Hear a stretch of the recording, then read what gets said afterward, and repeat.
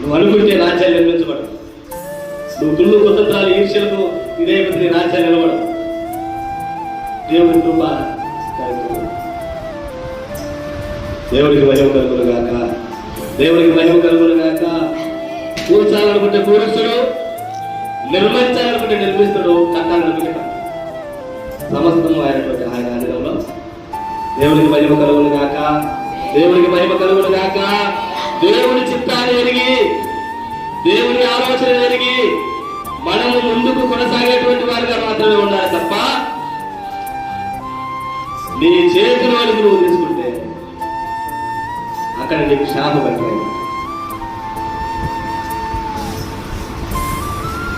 కాబట్టి ప్రేమైనటువంటి వాళ్ళ వివేకం కలిగినటువంటి నాయకులతో, వివేకం కలిగినటువంటి